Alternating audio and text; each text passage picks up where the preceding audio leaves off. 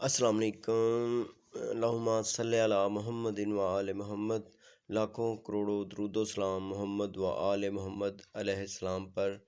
Viewers, امید کرتا ہوں خیریت سے ہوں گے۔ اللہ تعالی ہم سب کی مشکلیں آسان کرے۔ اللہ تعالی تمام دنیا میں جہاں جہاں مسلمان مومن بستے ہیں، اللہ تعالی ان کو محفوظ رکھے، اور اللہ تعالی ان کی بچوں کا اچھا مستقبل ہو اور ان کی مشکلیں آسان ہو۔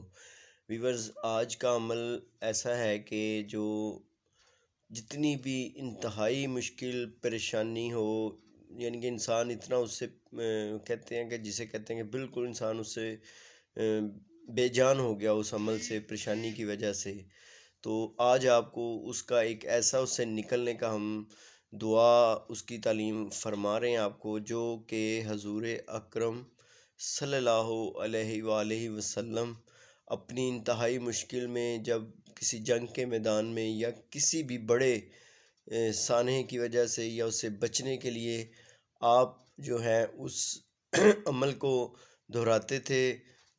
دو عدد دو نفل نماز پڑھنی ہے آپ نے، 2 رکعت نفل نماز پڑھ کے اس کے بعد یہ عمل آپ نے جو ہم آپ کو بتائیں گے، یہ اس کی ہم آپ کو پوری لکھا ہوا اس کی پکچر لگائیں گے، اس کو آپ نے پڑھنا ہے، اس کو اچھے طریقے سے مطلب کہ اپنی روٹین میں لے آئیں۔ جب بھی آپ نماز پڑھیں، فرض نماز پڑھیں، اس کے بعد پڑھ سکتے ہیں۔ اگر فرض کے علاوہ آپ پڑھنا چاہ رہے ہیں تو پھر 2 نفل نماز اس کے لیے لازم ہے، ٹھیک ہے؟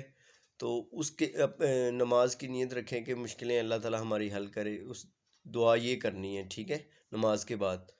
تو پھر یہ عمل کرنا ہے آپ نے، تو اس کو کم از کم آپ نے 14 دفعہ اول و آخر درود پاک جو ہے آپ نے پڑھنا ہے، ٹھیک ہے؟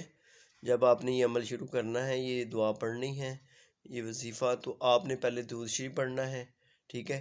اور اس کو 14 دفعہ پڑھنے کے بعد پھر آپ نے درود شریف کی ایک حصار میں رکھنا ہے، تاکہ درود پاک ایک ایسی چیز ہے جس سے اللہ تعالیٰ خود بھی محمد و آل محمد پر بھیجتا ہے۔ اس کا بہت فائدہ ہے، بہت ہی زیادہ اس کا ثواب ہے درود پاک کا۔ تو اس چیز کو آپ نے ضرور دہرانا ہے، درود پاک کو اول و آخر، اور 14 دفعہ یا حیو یا قیوم استغیثو یہ پڑھنا ہے آپ نے پورا۔